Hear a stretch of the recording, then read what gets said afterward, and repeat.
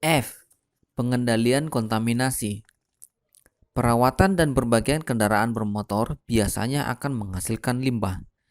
Limbah tersebut dapat menyebabkan pencemaran lingkungan dan mengganggu kesehatan mekanik.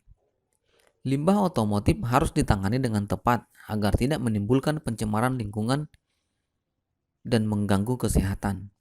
Kontaminasi limbah otomotif terhadap lingkungan harus dicegah karena dapat merusak dan mencemari lingkungan.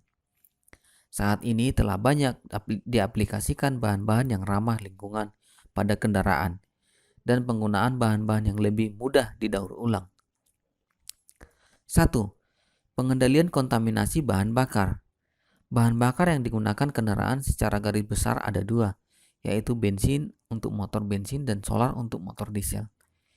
Bahan bakar tersebut terbuat dari hasil penyulingan minyak bumi dan berpotensi mencemari lingkungan.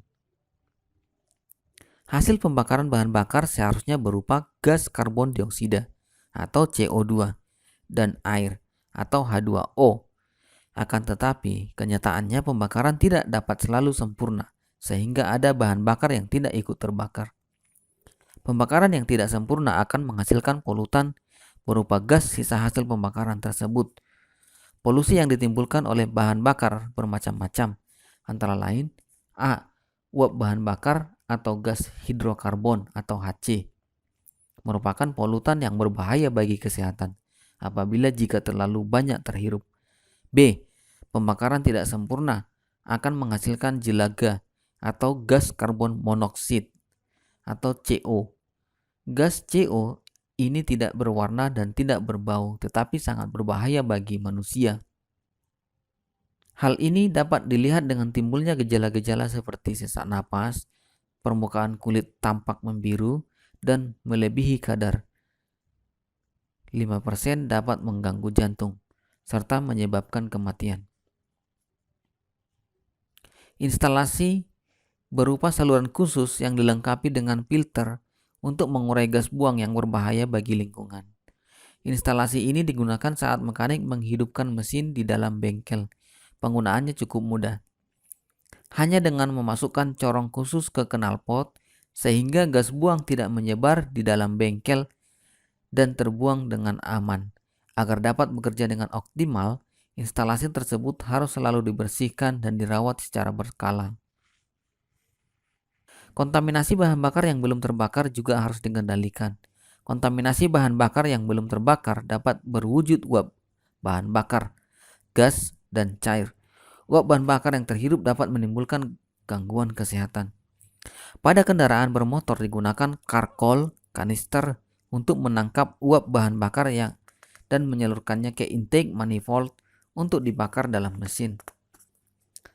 2. Pengendalian kontaminasi pelumas. Pada sebuah kendaraan bermotor, banyak komponen berputar yang harus mendapat pelumasan. Beberapa contoh komponen yang membutuhkan pelumasan antara lain mesin, transmisi, poros roda, gardan, power steering, dan lain-lain. Pelumas memiliki usia pakai, sehingga harus diganti secara berkala. Penggantian pelumas pada kendaraan bertujuan untuk mempertahankan kinerja pelumas saat bekerja. Penggantian pelumas akan menghasilkan limbah pelumas bekas. Pelumas yang juga berasal dari pengolahan minyak bumi, sehingga pelumas bekas harus diolah kembali dan tidak boleh langsung dibuang ke lingkungan bebas. Cara pengendalian kontaminasi pelumas bekas yaitu dengan menampungnya, kemudian didaur ulang. Daur ulang pelumas bekas bertujuan untuk menghemat pemakaian minyak bumi, karena minyak bumi tergolong sumber daya alam yang tidak dapat diperbaharui. 3. Pengendalian kontaminasi komponen. Satu kendaraan bermotor pada dasarnya tersusun dari ratusan hingga ribuan komponen. Komponen-komponen yang ada tidak membutuhkan penggantian selama kondisinya masih baik. Tetapi ada juga yang membutuhkan penggantian secara berkala. Contohnya, baterai yang harus diganti jika kinerjanya sudah mulai berkurang. Baterai ini jika dibuang sembarangan juga dapat membahayakan lingkungan.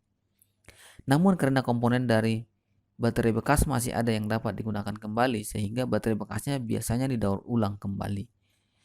Komponen logam pada kendaraan yang sudah rusak masih dapat didaur ulang sehingga tidak mencemari lingkungan. Komponen plastik, karet tidak boleh dibuang ke lingkungan bebas karena sulit terurai dan mencemari lingkungan. Komponen plastik dan karet yang tidak terpakai harus dikumpulkan dan didaur ulang. Contoh komponen karet yang sering menimbulkan kontaminasi adalah ban. Ban bekas yang dibuang sembarangan dapat mencemari lingkungan. Saat ini, hampir semua komponen kendaraan sudah dapat didaur ulang jika sudah rusak atau sudah tidak terpakai lagi. Hal ini sesuai dengan misi pabrikan kendaraan bermotor untuk menghasilkan produk ramah lingkungan, termasuk di dalamnya kemudahan daur ulang komponen-komponennya.